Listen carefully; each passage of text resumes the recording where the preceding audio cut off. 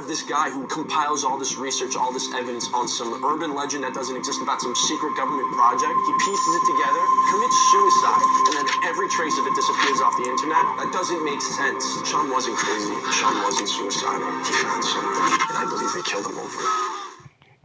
Hello everybody, welcome back to Screenstars. I'm here today to bring you my review for the 2025 found footage horror film Project MK Hex. The film is written and directed by Gerald Robert Waddell and it stars Ignacio Martinia, and I've butchered that, Jordan Knapp, Will Yandro, Jennifer Lynn O'Hara and Dwayne Tarver.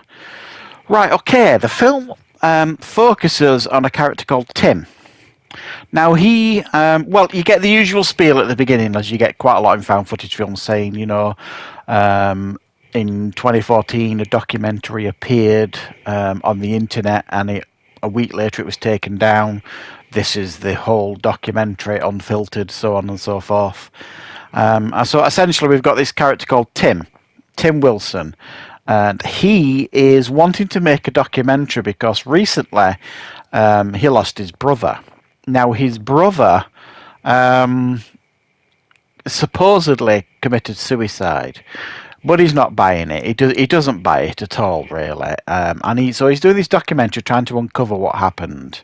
And he uncovers that his brother discovered some secret project called Project MK Hex. It was some government conspiracy thing that was set up, and it was supposed to be like this mind-altering thing that the government was setting up in secret, where they were kind of controlling people's minds and behaviours, etc., and so forth. And every time anybody has ever found any evidence of MK Hex, it's almost immediately deleted from the internet, almost like moments later. However, his brother, Sean, has found quite a lot of evidence and became completely and utterly obsessed with it, to the point where his brother Tim thinks it led to his death, and he's determined to find the truth. Right, what are my thoughts on Project MK Hex? I've seen quite a little bit of buzz about this one leading up to its release. This one I have been aware of. I knew it was coming out at some point, and I've been quite looking forward to it. Obviously, as you know, I love found footage. I'm always eager and keen to watch brand new, fresh found footage films. And this one has got a very interesting concept here that kind of fails to project it fully, I think, to you as an audience member. It's like, well, number one, it's like a documentary style found footage film in a lot of ways, but it's like a documentary found footage film within a found footage film, because the footage that we're watching is the footage that's been found, if that makes sense.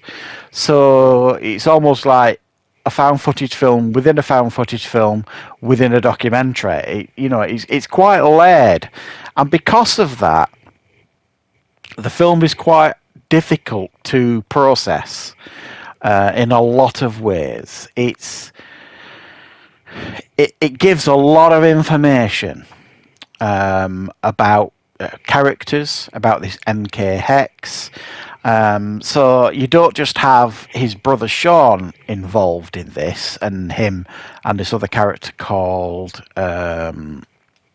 Nicole, who knew his brother, and his parents as well. It's got his core group of people that he's kind of interviewing and stuff. But then the more he uncovers, he starts finding evidence of MK Hex, and he finds these other people that have kind of been affected by this MK Hex, and it all gets a bit jarring, I suppose.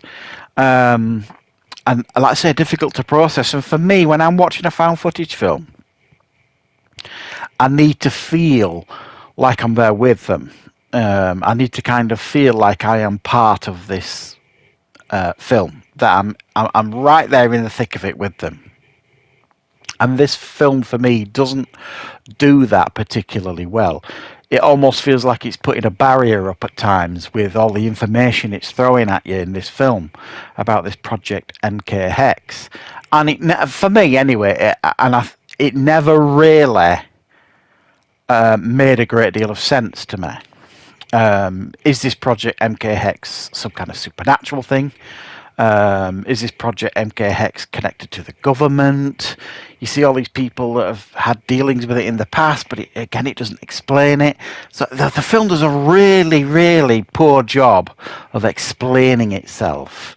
You know, and it almost tries to blind you with science, with some, you know, flickering lights, flickering tellies, people kind of zoning in and out of, I don't know, reality. And it all kind of looks fine of impressive and fun, but you just kind of like, all I kept thinking to myself is, what is going on? I don't get this. I don't really understand everything that's going on here.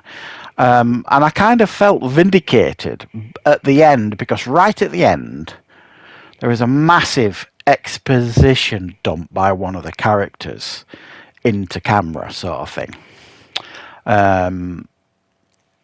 Which for me kind of felt like, well, I think you've watched this and recognised that this kind of is a bit of a mess. I think we need to kind of explain ourselves a little bit. So you get that exposition dump at the end. I'm not saying it answered all my questions or even made everything nice and clear. It didn't really, but it makes an attempt, if you like, to kind of explain itself. So I really feel like this one was a missed opportunity, because I was invested in the characters for sure. I thought this Tim character, he was played very well, actually, because he carried a lot of guilt, because he wasn't there for his brother when he needed him, this Sean, his younger brother. And he's carrying a lot of guilt, sort of thing, and it's kind of eating him alive. So that really came across, and I was able to connect with that.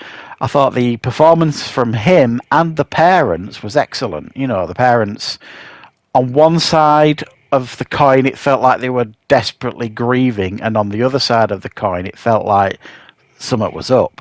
It just wasn't. You weren't comfortable with the things they were saying and doing, and you're just like, that something's not right here. So yeah, I mean, the performances are good. There's definitely a certain amount of budget to this. It's not one of those found footage films where they just picked up a camera and pointed it and then, just given us that kind of found footage film. There's definitely effort and some kind of budget gone in here, and the performances were all strong. It just felt very, very messy to me, the story and what was going on, and I never really felt truly invested in that. So for me, it's a pretty average found footage film. I think it's a missed opportunity, but I mean, you might watch it and it might click with you immediately. It just didn't with me, I suppose. So thanks for checking out this review. I hope you enjoyed it, and I will of course be back with plenty more reviews and content on the channel very, very soon.